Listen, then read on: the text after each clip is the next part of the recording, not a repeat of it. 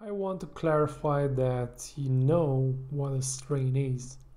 So, what's a strain? Each species, subspecies, variety, or form is composed of strains, multiple strains, or a group of individuals with unique characteristics pretty much like us. A strain may be collected in the wild or could be created in lab. In this case, probably you've heard about hybrid strains. These particular strains usually bear selected features from at least two other strains. People are looking for a specific flavor or resistance to disease or higher yields, and they create these hybrids. There are many oyster mushroom hybrid strains out there, so this is distinct from this one or this one, but they belong to the same species, while these ones here belong to a separate species. Every strain has a tolerance limit. Whether we talk about temp, humidity, resistance to disease, or some other conditions, what you see in green is the optimal development range. If we consider the temp for king oyster, for example, 60 and 70, this would be the range, 60 to 70 Fahrenheit, which is this segment here. If the temp in this case passes a certain limit, our mushroom strain will suffer and slow its growth. There are strains belonging to a species considered cold-loving but isolated in the wild of warmer locations. This means that probably the strain has adapted to that warmer environment and tolerates warmer temps. Okay, now that you understand this, which I hope you do, let's go hunt for some strains. I will find some strains offered by random companies out there and discuss about them a little bit. There are several spawn suppliers in the US. Where do you pick to buy your spawn? It's your choice. I will only inform you on what strains they offer. Besides these companies, there are random other sites that sell spawn, therefore take your time to look around. Before going into these companies for spawn, I would suggest you to find the nearest mushroom farm, contact them, and ask them if they have some spawn to sell you. The first time when I grew mushrooms, I went to the supermarket and took the contacts of a pack of oyster mushrooms. Then I called them and then asked them if they would sell me some spawn, which they did. This is probably the best way to get spawn if you're a total newbie to this. If you want reliable spawn, get to those who are playing all day long with it. And these are names like Sylvan, Lambert, Amisel, Fungi perfecti, or Aloha medicinals. Always when purchasing spawn, read their spawn policy, just to avoid any unwanted situations. Spawn, you have to understand that spawn, it's a delicate product.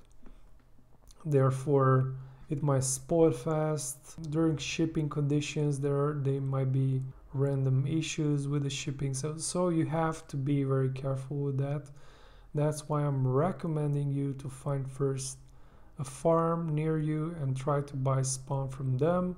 Once you settle your grow methods and you start to grow mushrooms more seriously, then probably you could go and try to purchase from these companies out there. So let's start with Sylvan, which I believe is the biggest supplier of spawn in the world. Here's what they have to offer in terms of oyster mushrooms strains.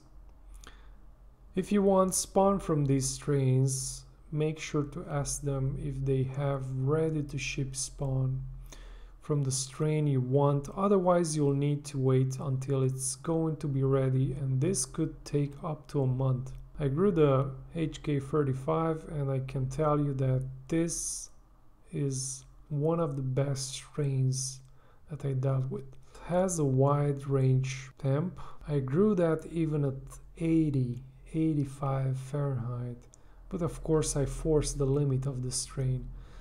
Now 3014 is another very good strain. It's famous actually. It also grows on conifers. If you want to sport a strain, this is one of those. Here you may see some other pretty impressive ones. Read the descriptions and pick the ones you want to grow. Check for their features and find out how they can advantage you. I'm not going to tell you what to pick. You have to pick what you think is best for you. I'm here just to guide you on this trip. You know exactly what kind of conditions you have for them.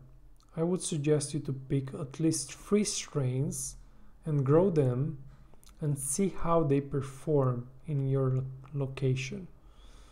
Take notes on size, yield, conditions, shelf life, growth cycle, and anything you consider would help.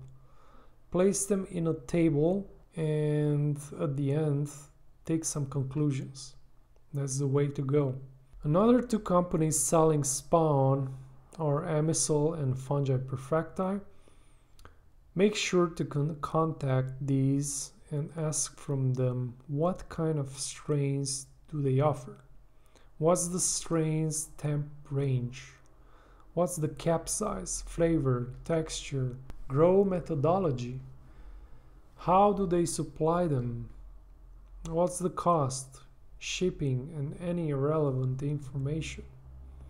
So you actually need to have a list of questions when buying these strains in form of spawn, grain spawn or sawdust spawn. Lambert offers these oyster mushroom strains.